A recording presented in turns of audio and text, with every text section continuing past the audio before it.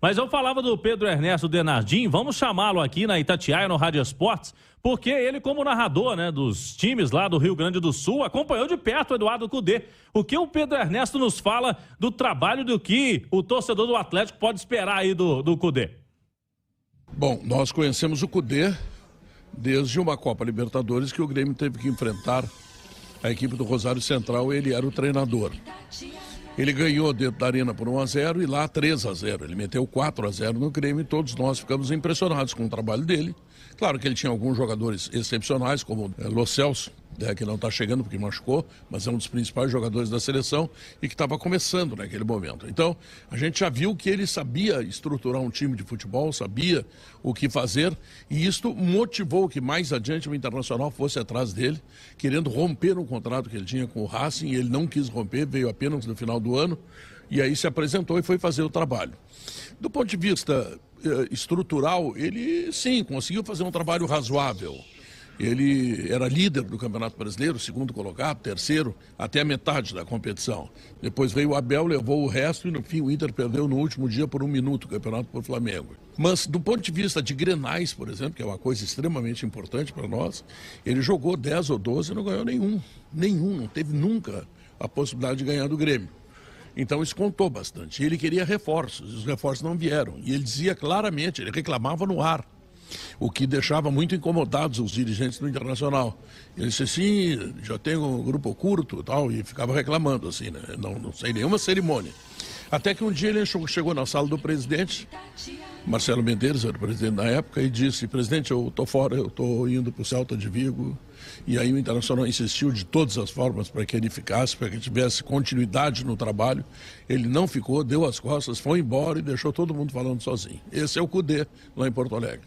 Boa retrospectiva do técnico do Internacional. Tecnicamente falando, e aí desconsiderando qualquer tipo de questão extracampo, você consideraria como positivo o trabalho dele que ele apresentou no Internacional? E se eu pudesse botar assim, matematicamente, eu daria uma nota 6. Algumas virtudes, sim, um time bem estruturado, mas também alguns problemas, porque jogar com muitos jogadores de qualidade fica mais fácil. E isso ele vai encontrar no Atlético. O Atlético tem jogadores de primeira linha. O Atlético é um dos principais times que tem o futebol brasileiro hoje. Está precisando de um empurrão, precisando de um comando que determine que os caras voltem a trabalhar com seriedade, né, com competitividade. Essas coisas que eu acho que faltou no Atlético mesmo à distância, assim a gente começa a avaliar, porque não pode o Atlético chegar do jeito que chegou no Campeonato Brasileiro. E isso o Cudê vai ser importante. Ele é chato, ele cobra, ele exige, ele trabalha. É como os argentinos são, né? Mais ou menos, não é muito diferente, não. Muito bem, participação aí lá direto do Catar, do Pedro Ernesto, narrador da Rádio Gaúcha, falando do Eduardo Cudê, treinador que trabalha muito, exigente, mas lá no Sul ele não ganhava Grenal, né, Romano? Aí a turma pegava no pé. Lá tem um negócio de Grenal 400 não sei o quê, Grenal lá a galera tem muito isso. Ô Nath, você concorda com o Pedro Ernesto aí nessa análise do Cudê ou acha que no Atlético pode ser diferente? Bom dia. Bom dia para você, Romano, a todos conosco aqui no Rádio Esportes. É claro que eles fazem uma avaliação bairrista, né, da questão principalmente dele ter ido embora e abandonado o projeto do Internacional no meio do caminho, que é algo que, de modo geral, a gente sempre condena nos treinadores quando fazem isso aqui no Brasil, porque a gente sabe que a rotatividade do futebol brasileiro é muito grande.